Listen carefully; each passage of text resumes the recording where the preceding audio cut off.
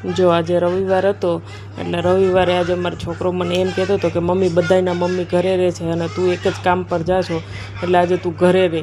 એના માટે એ મારી પાસે જીદ કરતો હતો, પણ કામ તો કરવું જ પડે એટલે આપણે ઈમાનદારીથી કામ પર ગયા અને છોકરો રડતો રહ્યો. પછી સાંજે તેને મનાવ્યો અને એને બર્ગર ખવડાવ્યું હતું, પણ મારા બાબુ આજે બહુ રોતો હતો એટલે મને અંદરથી મજા નથી આવતી કામ કરવાની, પણ શું કરવું, મજબૂરી હોય છે કામ કરવાની પણ.